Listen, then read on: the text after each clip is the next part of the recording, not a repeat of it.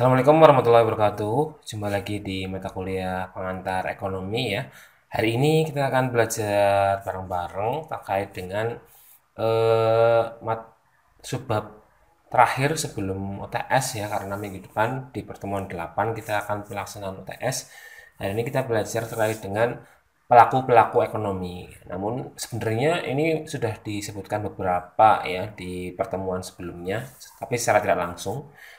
Untuk hari ini kita akan belajar pelaku-pelaku ekonomi ya, siapa saja di dalamnya. Kita langsung saja ke slide yang pertama. Pelaku ekonomi ini merupakan pihak-pihak yang melakukan kegiatan ekonomi untuk memecahkan masalah ekonomi, baik itu kegiatan konsumsi, ya, kegiatan produksi maupun kegiatan distribusi. Ya, kalian pasti sudah paham ya siapa-siapa orang-orangnya atau gambarannya siapa saja, pasti kalian sudah ada gambaran di sini. Nah, kelompok besar pelaku ekonomi yang pertama adalah eh, rumah tangga konsumsi atau dalam hal ini adalah konsumen ya. Yang kedua adalah rumah tangga produksi atau perusahaan. Yang ketiga adalah rumah tangga negara atau pemerintah. Dan yang terakhir adalah masyarakat luar negeri. Nah, keempat pihak ini mempunyai peran penting dalam perekonomian sebuah negara. Langsung saja ke slide yang pertama terkait dengan rumah tangga konsumsi. Siapa itu rumah tangga konsumsi? Bisa berupa orang perorangan, kelompok orang, ataupun lembaga-lembaga atau badan-badan. Nah, di sini tersedia tenaga kerja dan tenaga usahawan. Memiliki faktor-faktor produksi, alat-alat modal, kekayaan alam, ya, tanah, dan bangunan. Jadi, orang-orang yang mengkonsumsi lah seperti itu. Bisa dari sudut pandang orang perorangan, kelompok perorangan, ya, ataupun lembaga. Nah, rumah tangga konsumsi ini memiliki kebutuhan yang tak terhingga tentunya. Jadi misal dari segi teknologi lah ya. Setiap yang namanya HP setiap bulan itu pasti ada keluaran terbaru. Pasti ada yang beli. Nah, ini makanya kebutuhan itu tak terhingga gitu ya. Untuk memenuhinya kita harus bekerja ya. Seseorang harus bekerja, seorang bapak atau seorang ibu ya bekerja untuk memenuhi kebutuhan keluarganya. Jadi bekerja untuk mendapatkan uang sehingga kebutuhan-kebutuhan atau keinginan-keinginan tadi bisa membeli barang maupun jasa yang dibutuhkan. Nah, rumah tangga konsumsi ini bisa ada beberapa cara mendapatkan uang ya, menawarkan tanah dan rumah kepada pihak lain. Nah, menawarkan tanah bisa sewa tanah juga ya, atau jual beli ya, itu jelas ya.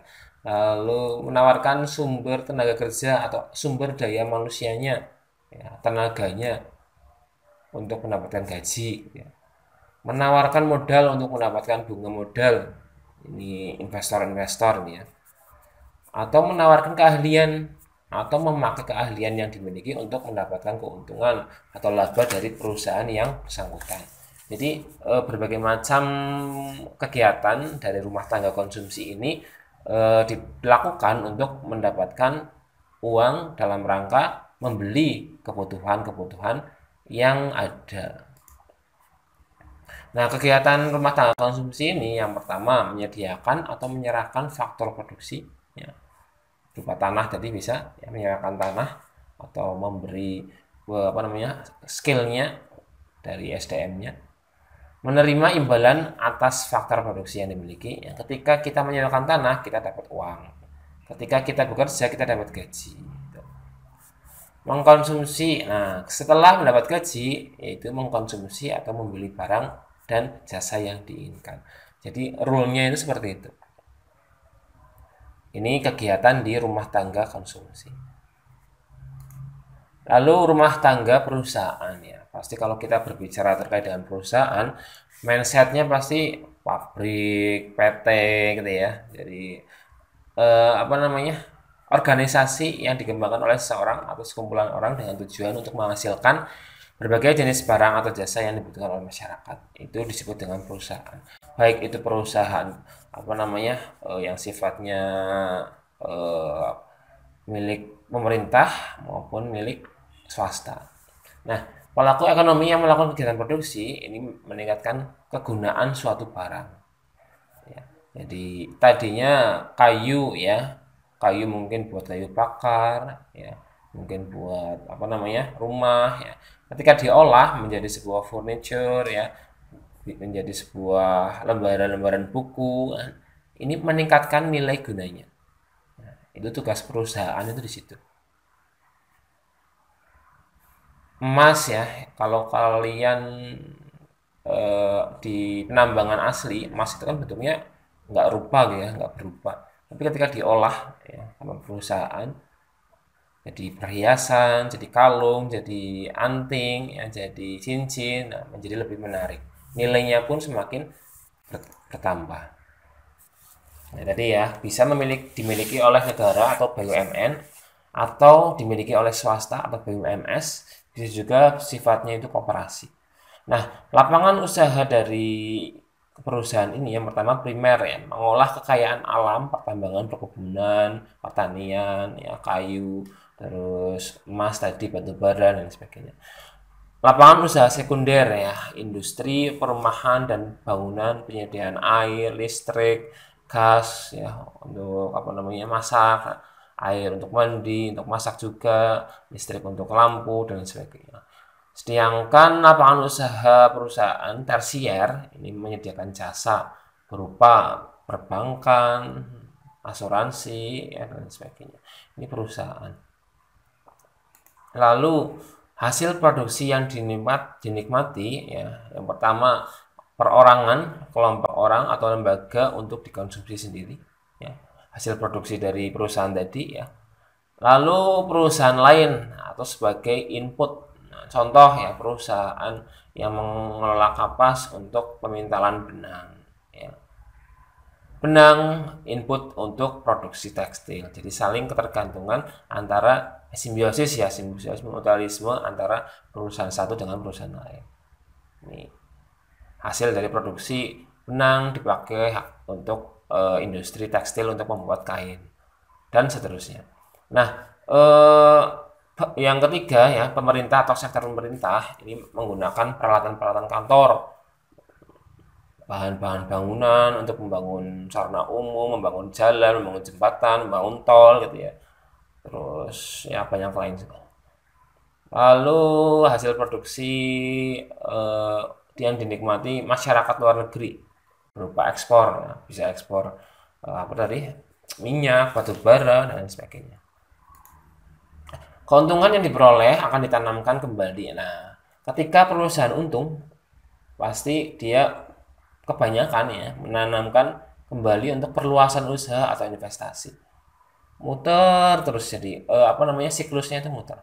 Semakin besar produksi, peningkatan kesempatan kerja ya semakin banyak juga, peningkatan pendapatan juga, pendapatan yang diperoleh masyarakat ataupun perusahaan pun semakin banyak, meningkatnya permintaan terhadap barang dan jasa ya. Ketika jumlah yang dikeluarkan atau penawarkan barang yang ditawarkan banyak, permintaan pun banyak. Meningkatkan pertumbuhan ekonomi dan kemakmuran masyarakat jelas ya. Ketika ada sebuah perusahaan yang berdiri di sebuah desa misalnya atau di sebuah wilayah, kemakmuran atau masyarakatnya, nilai ekonominya ini semakin naik. Tuh. Karena banyak yang nganggur, yang tadinya nganggur jadi bekerja, yang bekerja dapat gaji.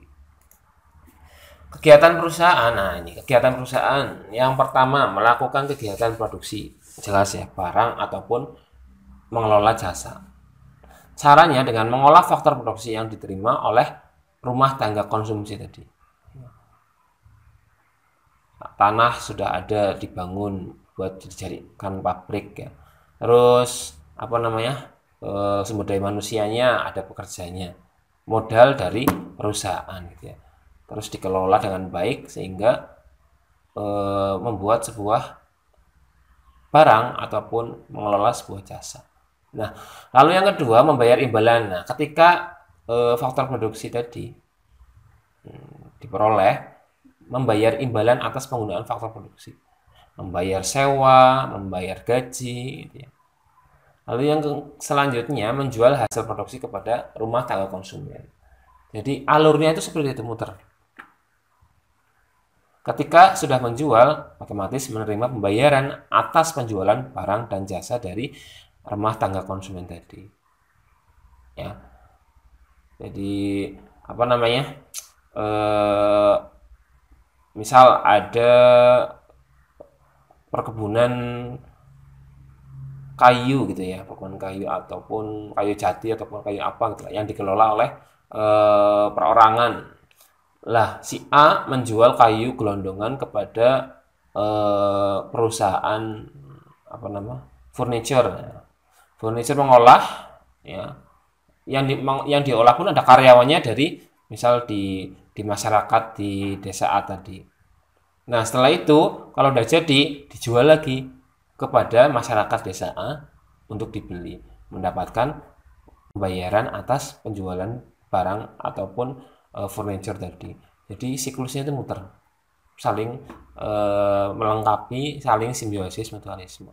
Nah, yang ketiga, rumah tangga negara atau pemerintah. Perannya ini mengatur, menstabilkan, mengembangkan kegiatan ekonomi yang ada di sebuah negara. Berperan aktif sebagai pelaku ekonomi karena beberapa kegiatan ekonomi kurang menarik bagi swasta. Nah, contoh ini investasi yang sifatnya itu besar. Resikonya pun besar kan? Nah, biasanya ini dikelola oleh rumah tangga negara ataupun pemerintah.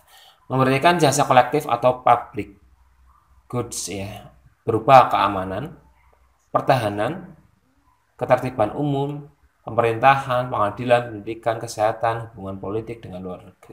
Jadi jasa yang sifatnya dinikmati oleh masyarakat umum. Ini dilakukan oleh rumah tangga pemerintah.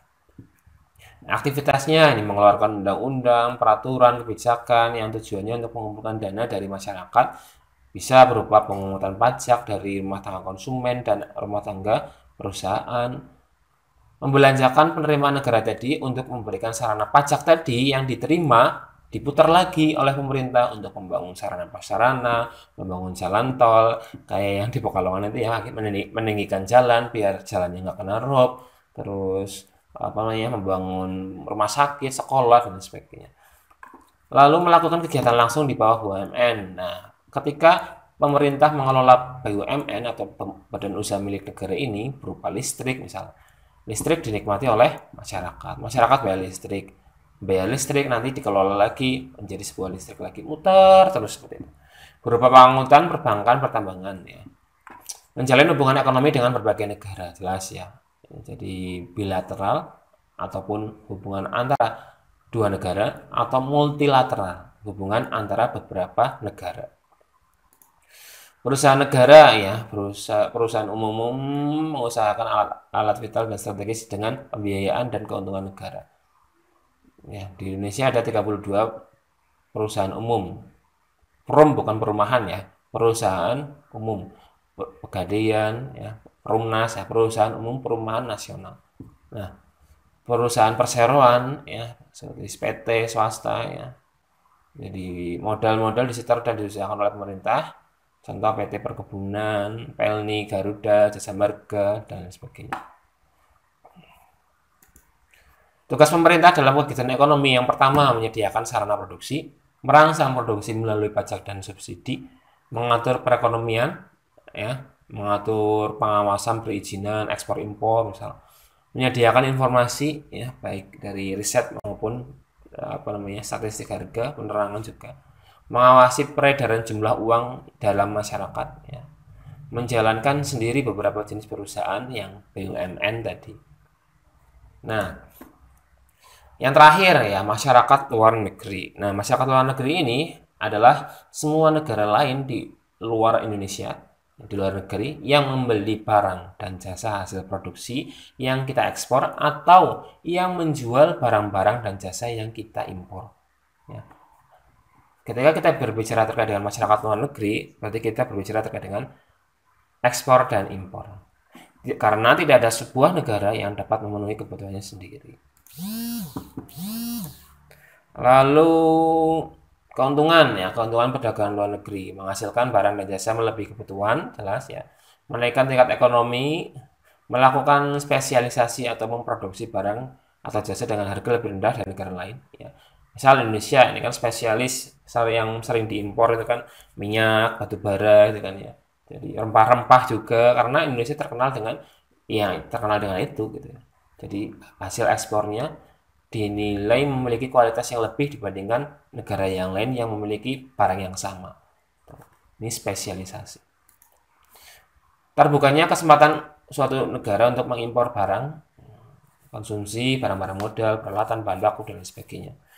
Kesempatan untuk negara berkembang untuk mendapatkan keahlian dan teknologi yang lebih baik seperti terdapat di negara maju.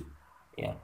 Ketika kita mengekspor barang, otomatis kita dapat untung sehingga kita dapat membeli peralatan-peralatan maupun meningkatkan keahlian yang ada di dalam negara kita sehingga bisa menuju ke negara maju. Itu ya yang dapat saya sampaikan untuk hari ini. Semoga bermanfaat. Apabila ada yang ingin ditanyakan, silahkan ditanyakan ya. Jadi hari ini kita belajar bersama terkait dengan ya nih pelaku-pelaku ekonomi. Terima kasih ya. Mohon maaf apabila ada kesalahan. Wabillahi taufiq wal hidayah. Wassalamualaikum warahmatullahi wabarakatuh.